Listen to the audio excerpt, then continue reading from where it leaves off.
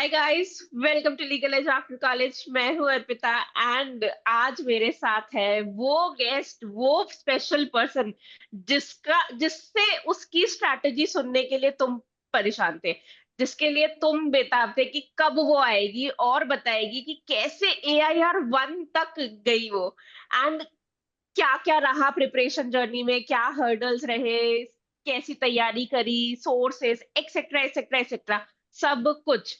ठीक है, so we have with us CLAT PG topper AIR 1 Arunima Thakur.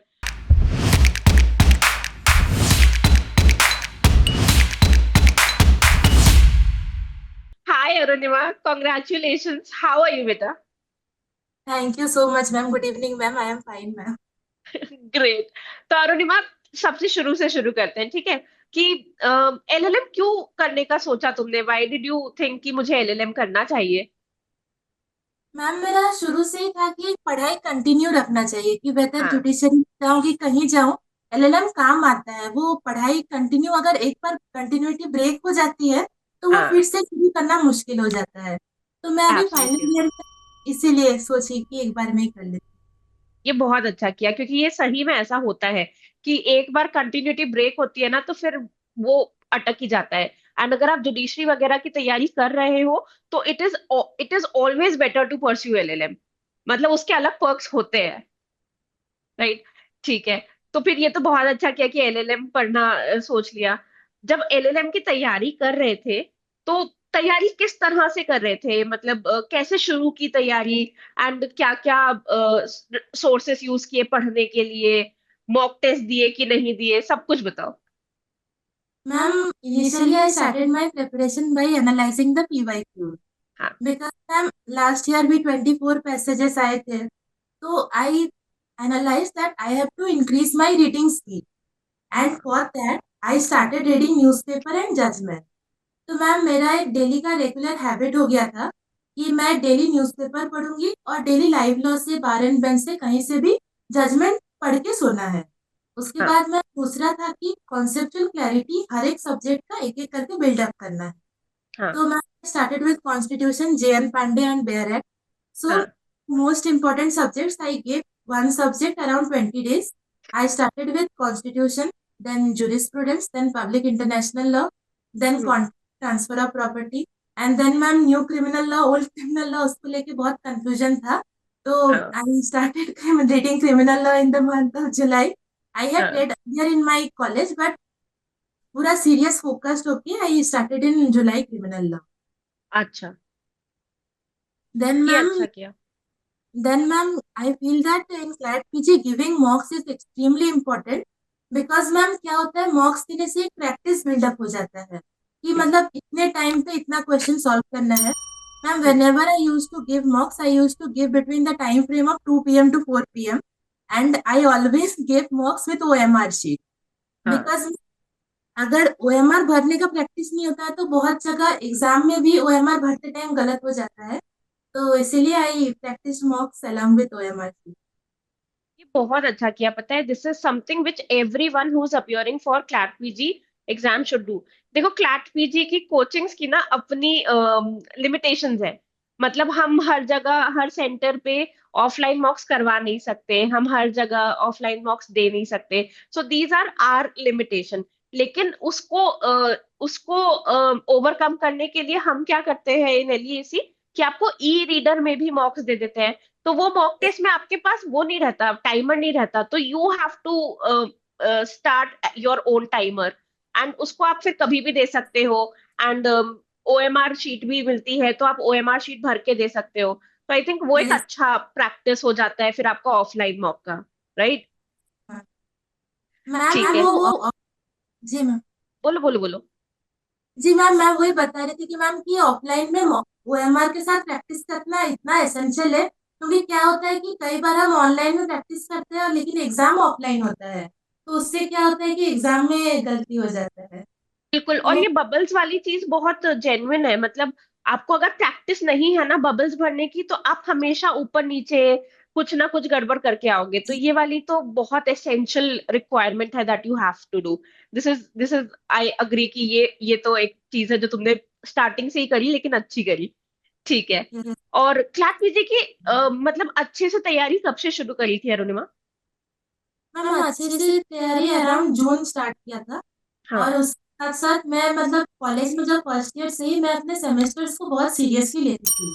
तो हम्म। मैक्सिमम सब पढ़ा हुआ था, बस उसको रिवीजन करना था। और हाँ। साथ में जजमेंट्स पढ़ने की आदत लास्ट ईयर दिसंबर से डाल ली थी कि रेगुलर पढ़ते रहना है। तो ये वैसे ये और बहुत अच्छा किया, this is actually very nice.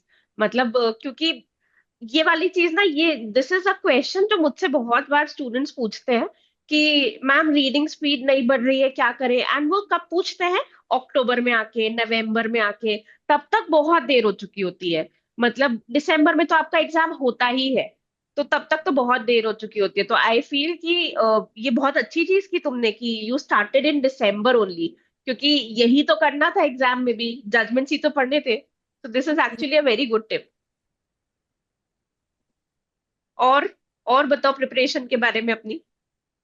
Ma'am सबसे ज्यादा जरूरी है कि बार बार रिवीजन।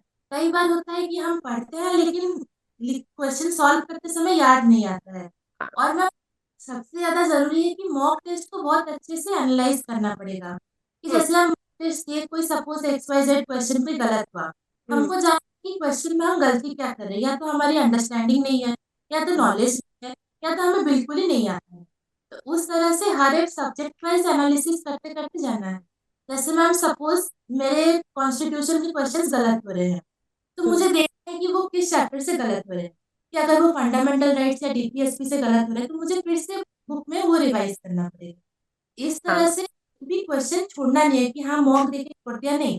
मॉक देके आप पूरा उसके बाद और 2 घंटे मॉक के बाद और 2 घंटे लगा के हर एक क्वेश्चन का एनालिसिस करना है कि इसमें क्या गलती हुआ और इसमें क्यों गलती हुआ।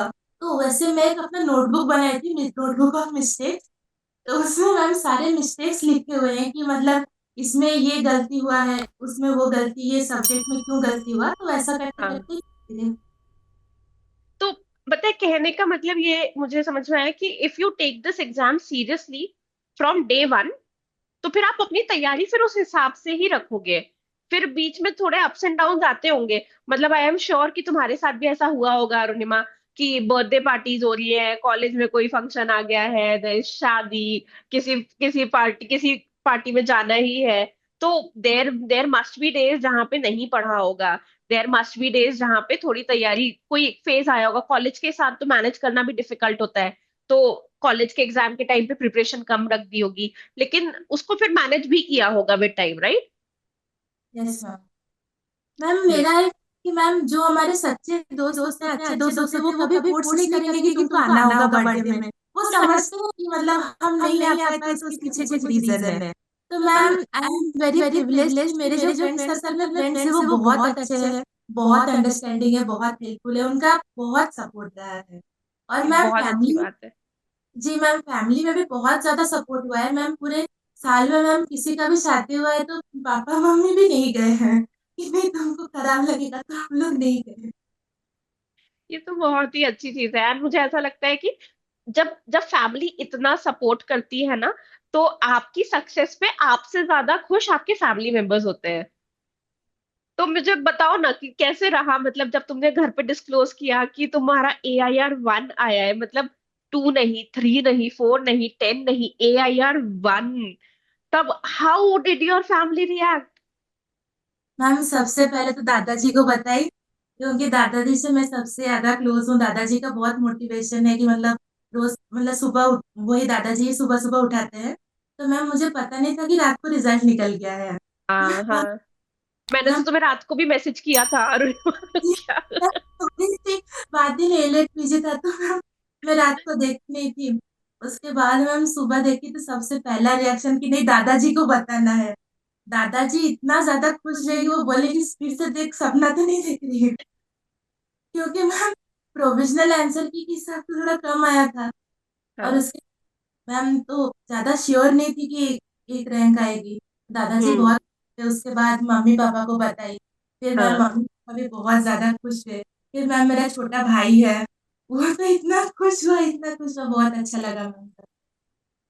ये तो बहुत अच्छी बात है। और मुझे मुझे तुमने आज बताया भी था कि कुछ जर्नलिस्ट भी आए थे इंटरव्यू के लिए। अब तो हर जगह इंटरव्यू वगैरह चल रहे हैं। This is so nice and I am so happy for you and I am so proud of you. Thank you ma'am, thank you so much.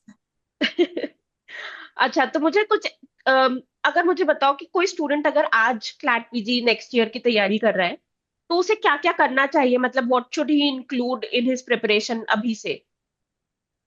Ji ma'am, सबसे पहले है कि अपना रीडिंग स्पीड बढ़ाना है। हम्म। उसके लिए सबसे ज्यादा जरूरी है कि रोज न्यूज़पेपर पढ़ना है। और दूसरा, रात को सोते समय कि खाते हुए कि कहीं भी ट्रैवल करते वक्त जजमेंट रोज का पढ़ लेने से अच्छा रहता है। इससे क्या है, रीडिंग हैबिट भी रहती है और रोज का रोज पढ़ाई भी हो जाता है। फिर तो हम्म। कोचिंग मंथली कंपाइलेशन आते हैं तो वो एक रिविजन हो जाता है। हाँ हाँ। और सेकेंड मैं कहूंगी जो अभी तैयारी कर रहे हैं उनके लिए कि अभी 12 मंथ्स टाइम है। तो अभी सब्जेक्ट वाइज अपने डेज को डिवाइड कर लीजिए कि किस सब्जेक्ट को कितना दिन देना है। और हम्म। हर सब्जेक्ट के लिए कोई भी एक बुक रिफर करने से अच्छा है, क्योंकि हम्म। बहुत सारे बुक रिफर करने से हम कंफ्यूज हो जाते हैं। हाँ। हम फॉर एग्जाम्पल मैं कॉन्ट्रैक्ट के लिए आर के बांगिया और बेयर एक्ट पढ़ी थी। हम्म। कॉन्स्टिट्यूशन के लिए जे एन पांडे हुआ। वैसे मैम हर एक सब्जेक्ट के लिए एक एक बुक और बेयर हम्म। एक्ट बहुत ज्यादा जरूरी है। हम्म। उसके बाद मैम थर्ड चीज कहना चाहूंगी, मॉक टेस्ट। मॉक हम्म। टेस्ट कभी होता है कि मैम मन नहीं करता देने का, कि कल देंगे, कि तैयारी पूरी नहीं हुई है अभी नहीं हाँ। देंगे। ऐसा कभी नहीं सोचना है, क्योंकि मैम कभी लगता नहीं है कि तैयारी पूरी हो गई है। तो इसलिए जब से शुरू कर रहे हैं एक आध मॉक टेस्ट देते चाहिए। भले ही कम मार्क्स आएंगे, बहुत कम मार्क्स आएंगे, लेकिन उससे डिमोटिवेट नहीं होना है। कम से कम 120 क्वेश्चन का आंसर तो पता चलेगा मॉक टेस्ट देके। तो वही एक इम्पोर्टेंट चीज है। सही बात है। और मॉक टेस्ट में तो मुझे ऐसा लगता है कि आपको जितनी गलतियां करनी है आप सब कर दो, जी मैम। क्योंकि आपको पता चलेगा कि ये गलतियां आप मेन एग्जाम में भी कर सकते हो, तो कम से कम आपके पास सुधारने का वो रहेगा। अगर आप मौका ही नहीं दोगे तो फिर लास्ट मिनट पे कैसे सुधारोगे चीजें? राइट। जी मैम। Yes ma'am. ठीक है। मुझे ये बताओ, तुम्हारी फेवरेट फैकल्टी कौन थी एलईएसी में? Ma'am Mansi ma'am. मैम हाँ। आप भी मैम, क्योंकि मैम जूरिस्प्रूडेंस का मैराथन क्लास मानसी मैम का की थी। मैम ने इतने अच्छे से स्टोरी वाइज में वो समझाया ना कि मैम पूरा दिमाग में घुस गया। वो हाँ। मैम हाँ। बहुत हेल्पफुल था।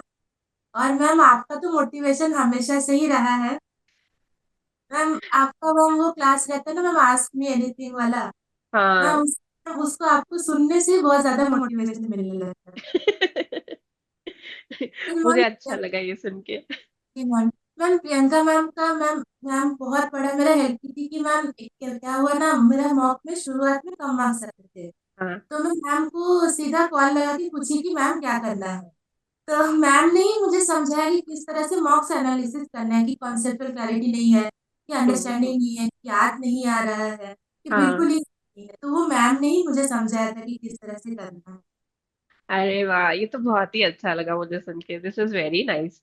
ठीक है, ये मैं प्रियंका मैम को भी बताऊंगी और मानसी मैम को भी बताऊंगी। ठीक है। अच्छा, अब मुझे ये बताओ कि कोई एक मिस्टेक जो हर एस्पिरेंट को अवॉइड करना चाहिए। मैम एक मिस्टेक जो अवॉइड करना चाहिए वो है सारे क्वेश्चंस अटेम्प्ट नहीं करने चाहिए, क्योंकि मैम नेगेटिव बढ़ जाता है, जो मैंने किया था। और तुमने मैम, क्लैट पीजी में सारे क्वेश्चन अटेम्प्ट किए 120? जी मैम।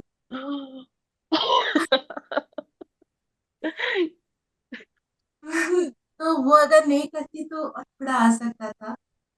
तो चलो, AIR 1 से तो ऊपर नहीं जाता, मतलब और भी आ जाता। तो AIR 1 से तो ऊपर नहीं जाता, बट देखो, तुम देख रहे हो बच्चों, ये होता है टॉपर्स गिल्ट। ठीक है, कि और अच्छा कर सकते थे, और नंबर ला सकते थे। चलो, ये बहुत अच्छी बात है। मुझे ये बताओ कि अगर कोई स्टूडेंट है जो तुम्हारा इंटरव्यू अभी देख रहा है, लेट्स से 2025 में देख रहा है, क्योंकि वो 26 के लिए प्रिपेयर कर रहा है, तो what is that one tip that will help him, जो उसे उसकी प्रिपरेशन जर्नी में हेल्प करेगी? मैम सबसे ज्यादा इम्पोर्टेंट है डिसिप्लिन। क्योंकि मैम कंसिस्टेंसी के लिए रोज मोटिवेशन चाहिए होता है, लेकिन अगर खुद को एक रूटीन में बांध ले कि इस समय उठना है, इस समय ये पढ़ना है, तो हाँ, मेरे हिसाब से डिसिप्लिन सबसे ज्यादा यूजफुल रहता है। तो बिल्कुल। One thing ma'am I would suggest to all future aspirants is stay discipline. And रोज का अपना एक रजिस्टर मेंटेन कीजिए कि आज क्या क्या पढ़ाई हुई। तो मैम शुरुआत में क्या होता है ना कि हम सोचते हैं कि एक दिन में इतना पढ़ लेंगे, लेकिन पढ़ाई नहीं हो पाती है। तो अपने रियलिस्टिक टारगेट्स रखिए और रोज अपने टारगेट्स अचीव कीजिए। वही कहना चाहूंगी।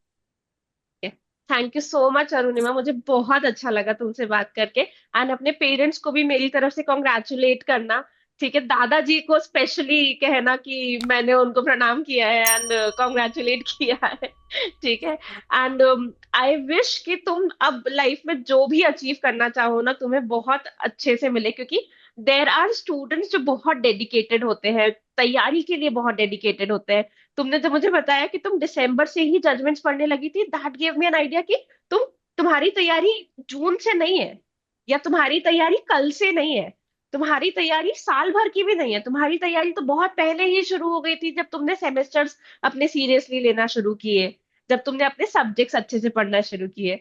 तो I am extremely happy for you, I am extremely proud of you, and you have made us all super proud, and thank you so much for talking to me.